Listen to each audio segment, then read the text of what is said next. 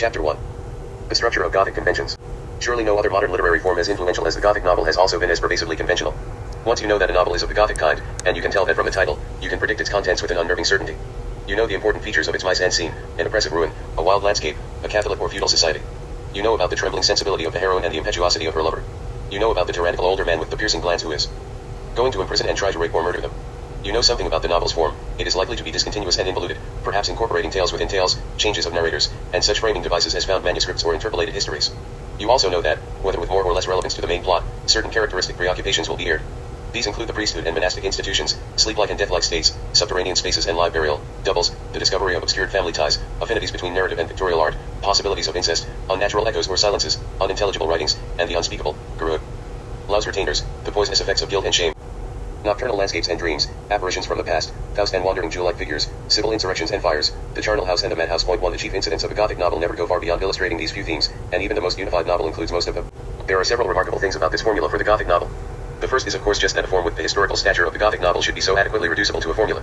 Possibly another subgenre of the novel, for instance, could be delineated in a score or so of phrases, but in such a list of phrases would have a very different status. The poisonous effect of guilt and shame, applied to the mid-Victorian novel, would be a condensation of observations about such varied characters as Sir Austin Feverel, Lucy Snowe, and Gwendolen Harleth. Applied to the Gothic novel, it merely points to specific scenes where characters as similar as Montoni, Schedoni, and Schemoli reflect, in so many words, on how poisoned and poisonous they feel because of their guilt and shame. The formula for the Gothic novel functions at the level of particular more or less obligatory scenes. It would be possible to write a Gothic novel by the formula that would only be useful for describing a mid-Victorian, or 18th century picaresque, or modern one. The second remarkable thing about the Gothic formula, mitigating its narrowness, is the range of tone and focus possible within it.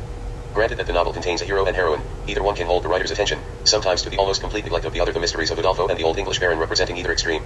Again, the novel's obligatory villains, though almost always of the same generation and displaying the same physiognomy, can be just the cursory adjunct to the plot, like Clara Reed's Lord Lovell, or can be the animating center of the novel, like Ambrosio. These novels whose chief incidents are so similar are not predictable, either, in their resolutions, for comic endings, tragic endings, mixed endings, and endings where the book simply seems to die from exhaustion are all possibilities.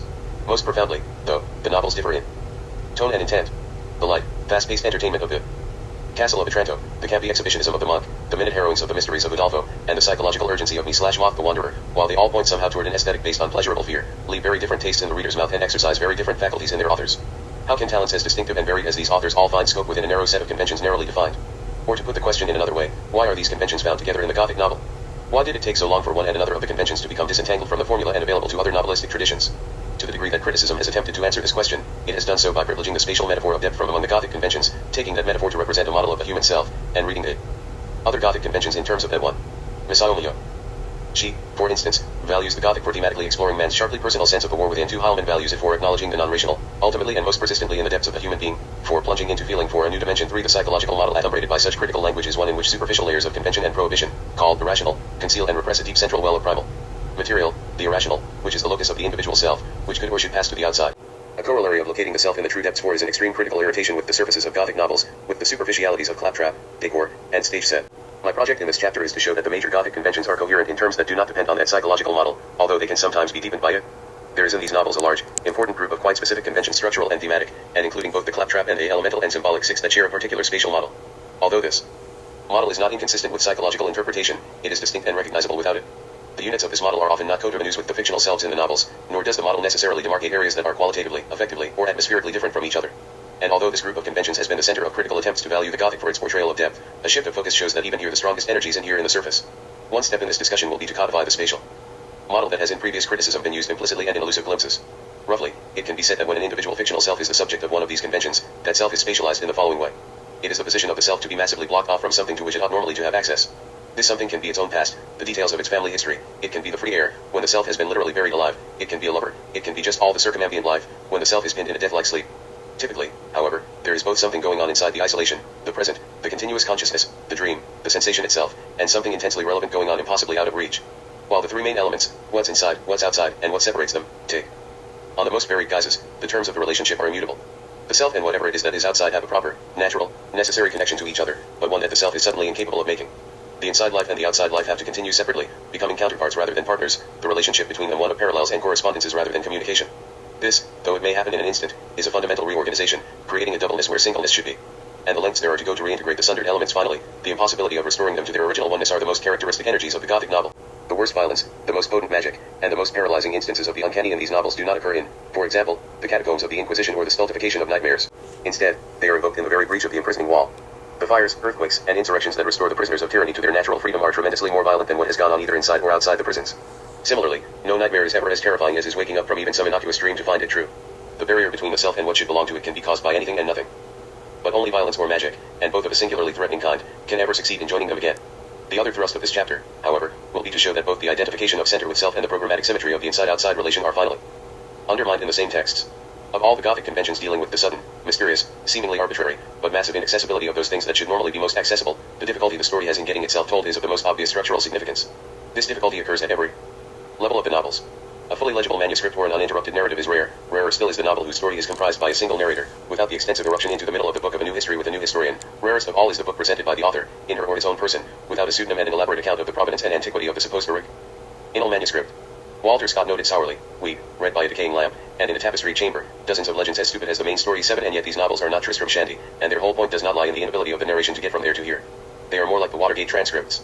The story does get through, but in a muffled form, with a distorted time sense, and accompanied by a kind of despair about any direct use of language. At its simplest, the unspeakable appears on almost every page. Unutterable horror aid, unspeakable or unutterable are the intensifying adjectives of choice in these novels.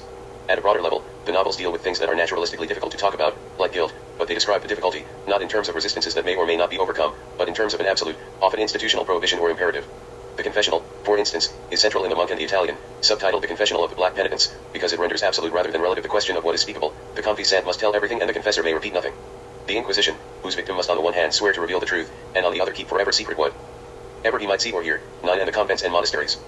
In all the novels, whose first law is secrecy, have the same function. These characters seldom need to worry about whether or not they want to, or should, confide in one another, but only about whether the confidence is possible or impossible, mandatory or proscribed. Although there are some surprises in the plots, it is not chiefly for the purpose of maintaining suspense that unspeakable things go unspoken. In Melmoth the Wanderer, for instance, the reader, like the other characters, infers early on that Melmoth's elaborately right proposition is some version of selling one's soul to the devil. Nevertheless, the pages of one manuscript about it are discolored, obliterated, and mutilated, and at the crucial moment wholly illegible. Ch. 3, a narrator of the story keeps falling into convulsions. Another manuscript about the proposition is written in the Spanish language but in Greek characters, and it is named only in phrases like a condition so full of horror and impiety, that, even to listen to it, is scarce less a crime than to comply with it. Ch. 28. Even people who are ready to talk about Melmoth find it impossible to do so. Father Olavida, a priest, expresses what the people around him must guess.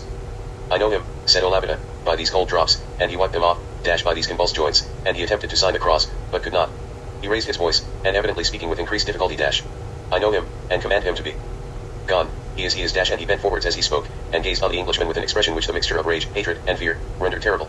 All the guests rose at these words. The whole company now presented two singular groups, that of the amazed guests, all collected together, and repeating, "Who, what is he?" and that of the Englishman, who stood unmoved, and Olavida, who dropped dead in the attitude of pointing to him. Ch. 3. Similarly, when Juanita is talking about Melmoth to the Inquisition, one of the judges, trembling on his seat, while his shadow, magnified by the imperfect light, pictured the figure of a paralytic giant on the wall opposite to me, attempted to address some question to me.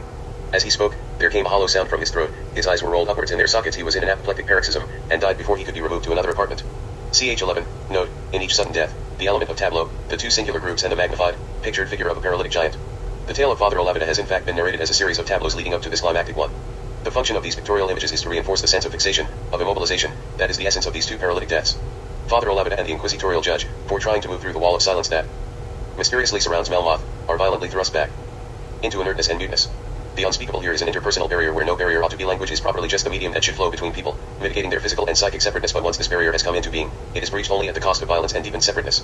The two priests' paralytic deaths, making them comparable to painted or statued figures, are like an annihilating caricature of the dumb, impotent isolation into which Melmoth plunges all those whose lives he touches. Maturin's interest in the unspeakable is not confined to the phenomena that surround Melmoth, not as a bargain with the devil the only thing that can be unspeakable. Any dire knowledge that is shared but cannot be acknowledged to be shared, that is, as it were, shared separately, has the effect of rendering the people, whom it ought to bind together, into an irrevocable doubleness. Moneda and his parricide guide, in their effort to burrow out of the monastery, have this experience. So we stood, shivering under the trapdoor, not daring to whisper our thoughts to each other, but feeling that despair of incommunication which is perhaps the severest curse that can be inflicted on those who are compelled to be together, and compelled, by the same necessity that imposes their ungenial union, not even to communicate their fears to each other. We hear the throb of each other's hearts, and yet dare not say, "My heart beats in unison with yours." Ch. 9. It is evident here that the important privation is the privation exactly of language, as though language were a sort of safety valve between the inside and the outside, which being closed off, all knowledge, even when held in common, becomes solitary, furtive, and explosive. At a different point in the underground journey the resonance of this becomes wider. We lay thus, not daring to speak to each other, for who could speak but of despair, and which of us dared to aggravate the despair of the other? This kind of fear which we know already felt by others, and which we dread to aggravate by uttering, even to those who know it, is perhaps the most horrible sensation ever experienced.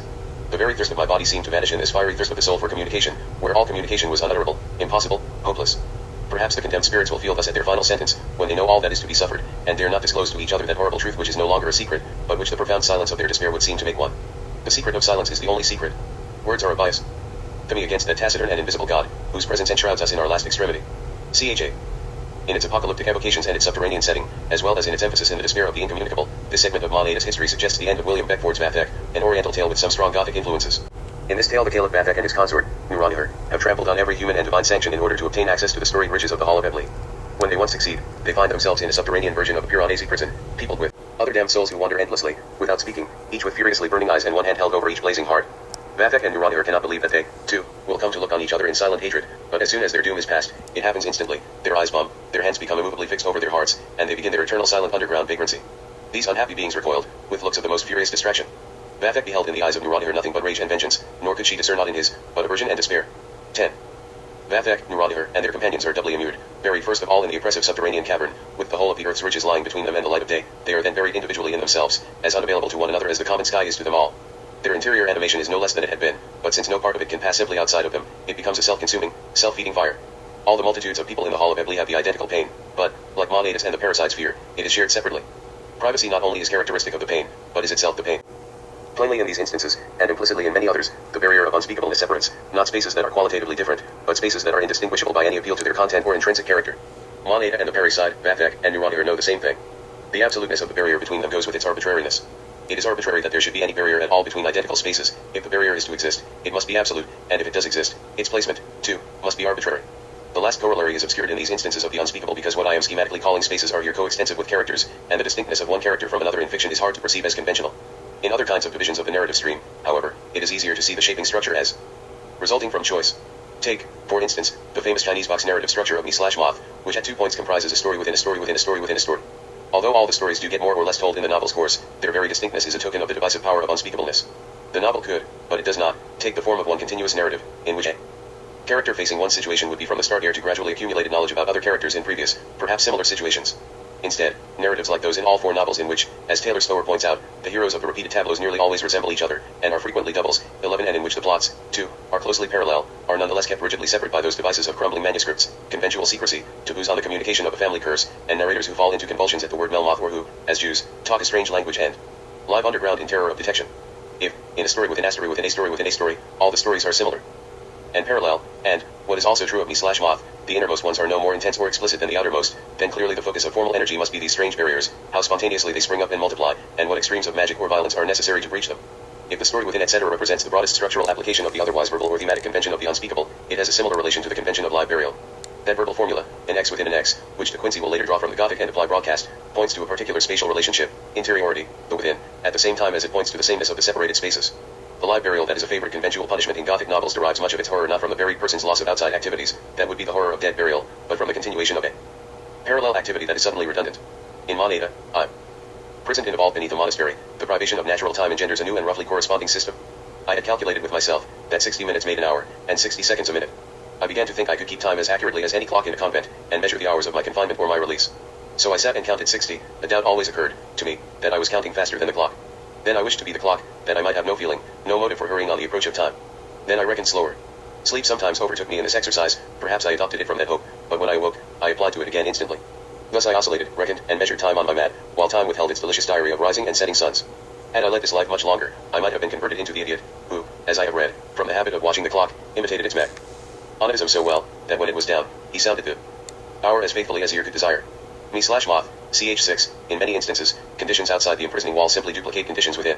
In the Italian, the guard for the Inquisition thought that to be a guard over prisoners was nearly as miserable as being a prisoner himself. I see no difference between them, said he, except that the prisoner washes on one side of the door, and the sentinel on the other, la.x. For Maneda and Me/Moth, the prisons of the Inquisition are waiting when he escapes from the vault of his monastery, and the underground cell of a Jew who has been hiding there for 60 of his 107 years, ir exclusis confert ad longevitatem, he remarks ch14, receives him when he escapes from the Inquisition. When Elena and Vivaldi, in the Italian, escape from the threat of conventual live burial through the hidden passages of the convent, they soon find themselves in bondage again, Vivaldi in the dungeons of the Inquisition, Elena in a massive, ruinous house, under the power of the monks Cadoni. The mainstreams of criticism of the Gothic novel have had a strong investment in the specialness of the underground spaces in which imprisonment and live burial take place. Maurice Levy, for instance, a phenomenological critic, says, the dream, by the same token as the descent underground, excavates the imaginary space and figures in a real sense the exploration of the deep straight of the soul. Certainly, it is an economical way to show the irrational. But it is also a way of seeking it out where it lives, in its natural milieu, at the only level of depth where it can manifest itself. It is not significant that the dream of a ghost should be at the same time a dream of the subterranean, a dream of a deep cavern, a dream of a gaping vault, a dream of the pit. 12. It is true that some ghastly things happen in these vaults that could not happen outside them. In the monk, Antonia is raped there, Agnes gives birth to a baby there, and when it dies, she cherishes its putrefying body. In 3 novels the Inquisition threatens or performs physical torture, though this is, unexpectedly, treated with restraint, even by Lewis. These instances are few, however. In the Italian, something does indeed happen in the Inquisition that could not happen outside. Through the Inquisitor's disinterested zeal for truth, all the novel's murky plots and histories are finally unraveled. Far from representing a seeking, out where it lives of the irrational in deep strata, and despite formidable descriptions of its physical inaccessibility and interiority, the Inquisition proves to be as irrational as Miss Marple. We have said that the real terrors of the unspeakable had to do, not with any special content of the thing that could not be said, but with the violence greeting any attempt to pass an originally arbitrary barrier. The worst danger of being buried alive is exactly analogous. Active violence on the one hand, active magic on the other, are almost always reserved for liminal moments, for the instant of moving out of or moving into the dungeon. In Melmoth, for instance, Monada's painful underground escape from the monastery, into the hands of the Inquisition, climaxes with the murder of his brother. This denouement is seemingly instantaneous on the fugitives achieving free air. It is as if the opening up of the tensely balanced, autonomous world of the 2 men in the tunnel do. The outside world had produced an effect of spontaneous combustion. One wild moment of yelling agony - one flash of a fierce and fiery light, that seemed to envelope and wither me soul and body - one sound, that swept through my ears and brain - one such moment, that condenses and crowds all imaginable sufferings in one brief and intense pang, and appears exhausted itself by the blow it has struck - one such moment I remember, and no more. Ch. 10. Later, Monada is able to escape from the Inquisition in the chaos caused by a literal fire, though again, in the event, he has only crossed the threshold from one subterranean prison into yet another. In the monk, Antonia and Agnes are separately imprisoned in the dungeons of the convent. Armed rioters, roused to vengeance when they learn of Agnes' plight, first tear the prioress limb from limb, and then break into the convent. The rioters poured into the interior part of the building, where they exercised their vengeance upon everything which found itself in their passage. Some employed themselves in searching out the nuns, others in pulling down parts of the convent, and underscore others again in setting fire to the pictures and valuable furniture, which it contained. These latter produced the most decisive desolation. Indeed, the consequences of their action were more sudden than themselves had expected or wished. The flames rising from the burning piles caught part of the building, which being old and dry, the conflagration spread with rapidity from room to room. The walls were soon shaken by the devouring element, the columns gave way, the roofs came tumbling down upon the rioters, and crushed many of them beneath their weight. The people now hurried out, as eagerly as they had before thronged in, but their numbers clogging up the doorway, and the fire gaining upon them rapidly, many of them perished ere they had time to effect their escape. 13. This combination of a fatal liberating fire with a terrible congestion just at the threshold is echoed at the level of individual anatomy in Monada's fiery escape from the Inquisition. Even when he runs free from the smoldering pile, he finds that the pure air, which I had been so long unaccustomed to breathe, acted like the most torturing spicula on my throat and lungs as I flew along, and utterly deprived me of the power of respiration, which at first it appeared to restore. Melmoth. Ch. 11. The armed incursion in the monk has, moreover, mixed results for the characters whom it is intended to save. Agnes is rescued from her live burial, but Ambrosio, who has decided to spare Antonia's life, panics instead and stabs her to death when he realizes that the vault is being invaded. In Melmoth, similarly, the only murder committed directly and visibly by Melmoth himself occurs when someone blocks his egress from a house where he has been committing no violence. Thus violence seems to pertain much less to a sojourn in the depths of monastery, convent, inquisition, castle, or hiding place than to an approach from within or without to the interfacing surface. The same is true of magic, as well. In these novels' treatment, no other token of magical powers is as self-evidently authentic and malevolent as the simple ability to penetrate into cells and vaults and inquisitorial prisons. Paradoxically, again, even on a descriptive or phenomenological level, the special qualities of the place of live burial are its vastness and extensiveness, qualities that equate it with, rather than differentiating it from the surrounding space. The apparently paradoxical relationship between the spatial idea of close architectural submergence and the Burkean sublime based on a sense of the infinite is illustrated in Piranesi's Carceri di Infancy and Prince, which were, at least by reputation, so influential in romantic writing. 15 De Quincey wrote that they suggested the same power of endless growth and self-reproduction with which my architecture proceed had in my dream. 16 His language points to the vastly expansive, obscurely defined, and repetitive interior spaces of the Carceri. This is the purely Burkean aspect of the series, or rather, De Quincey's language, and the aspect of the Prince that it records, goes even further than Burke in the direction of expansiveness, becoming imaginatively engaged with the process by which these awesome spaces are generated.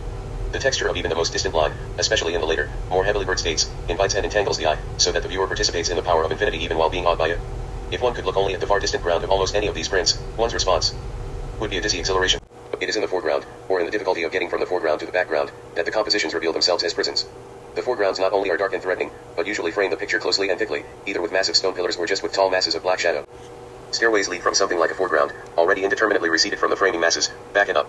These stairs are what ought to help the eye find its way into the space of the picture, but because of the indeterminate depth of the point at which they reach the ground, because of the ease with which stairs become directionally ambiguous in the shiftings of optical illusion, because it is never shown how the stairways and the high balustrade galleries intersect, and because there are so many, and so long, stairways and galleries, which cannot be oriented to one another, the eye is baffled in its attempt to rationalize the near and middle distance and move through it to the relatively bright archways glimpsed in the far distance. The confusion of the stairways is, of course, only symptomatic of the fact that it is impossible to organize the spaces in any of these prints into architectural space. Architecture delineates and places in relation to each other and inside and outside. In the carceria, it is impossible to construct in imagination the shell that would delimit this inside from a surrounding outside. Even so is the shell of a Radcliffe castle impossible to imagine. Sometimes, in fact, as in Carcery 2 and 4, where there seem to be clouds in the background, a monumental outside plaza spanned by arches is suggested, but in the other plates the density of detail and the complete lack of open sky space make it impossible to imagine them as being in any sense outside. The incoherent, indefinite, apparently infinite space depicted cannot, however, be perceived as inside either.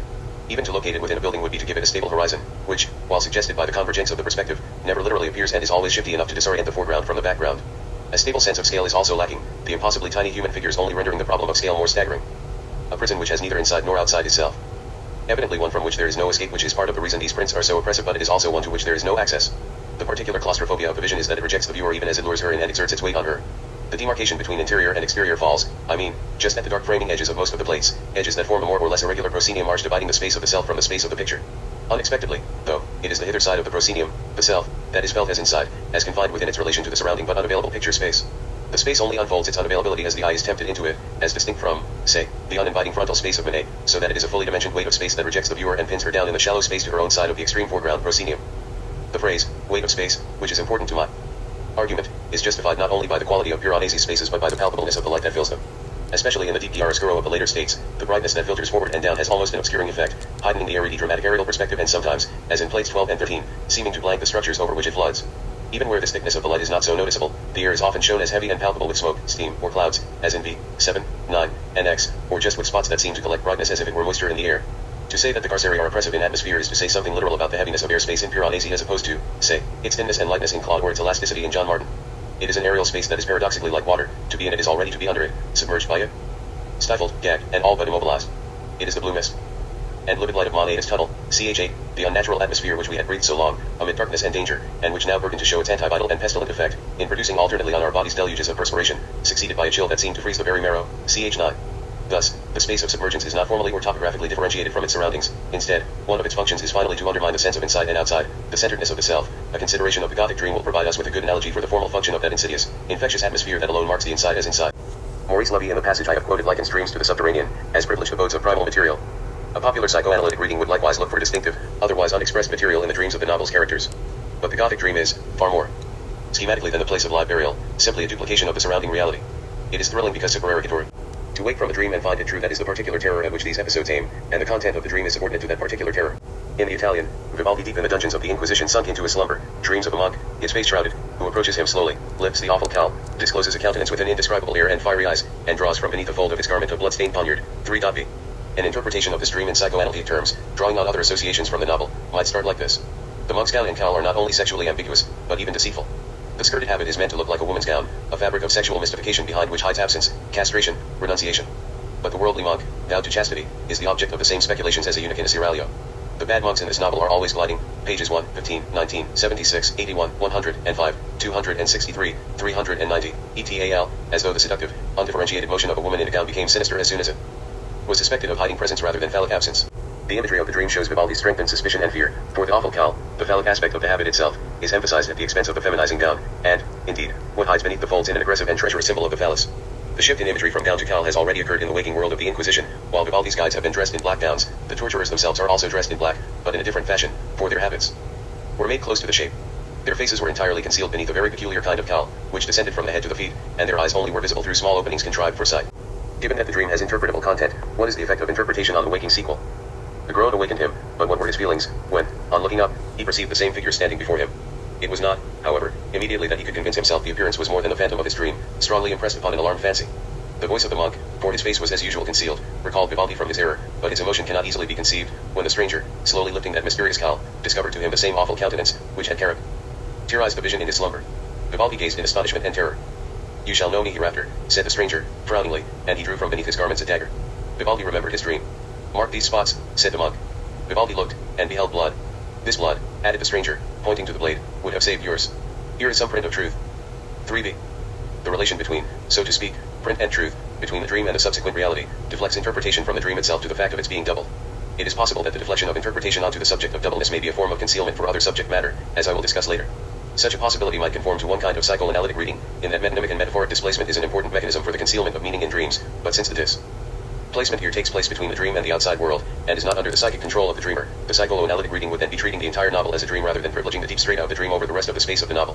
At any rate, a number of dreams that are innocuous or transparent in themselves are doubled in the same way, with the same accompaniment of terror. In Melmoth, Emily's utterly phlegmatic father admits himself a mortal man, sensible of fear, when he dreams he is with his frightened daughter and then wakes to find her apparition impossibly beside him. And when she again wakes him, overcome with horror at this second visitation, I fell back on my pillow almost bereft of the use of my faculties. Ch. 23.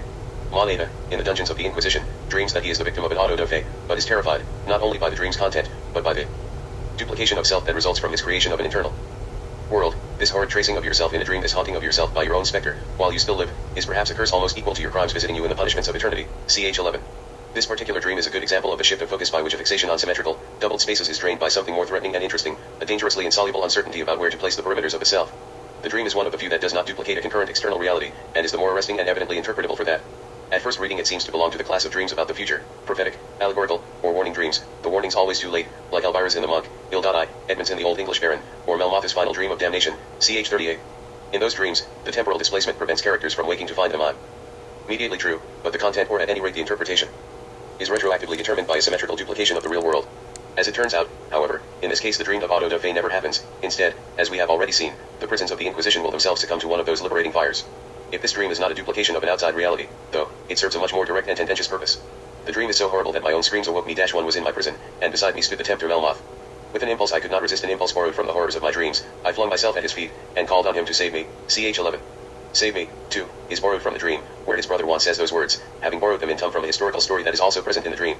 Moneda then speculates about Melmoth, whether this inscrutable being had not the power to influence my dreams, and dictate to a tempting demon the images which had driven me to fling myself at his feet. For hope and safety.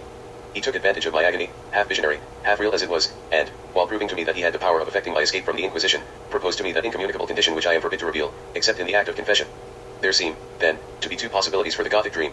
Either it is true and in the service of the narrative symmetry, or, even more threateningly, it is false and in the service of another character. As opposed to the vertical, or authorial, imposition of symmetry, in which the dream duplicates reality, Melmoth as a character specializes in a horizontal insinuating slippage toward other characters, in which his borrowed, quasi-authorial power destabilizes that blank confrontation between an identical interior and exterior.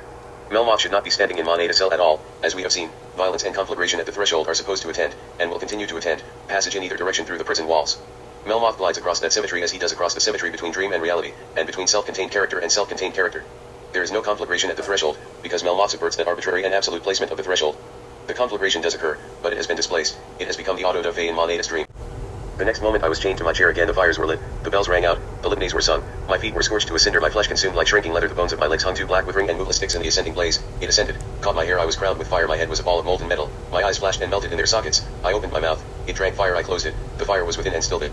Bells rung on, and the crowd shouted, and the king and queen, and all the nobility and priesthood, looked on, and we burned, and burned, I was a cinder body and soul in my dream. Ch. 11.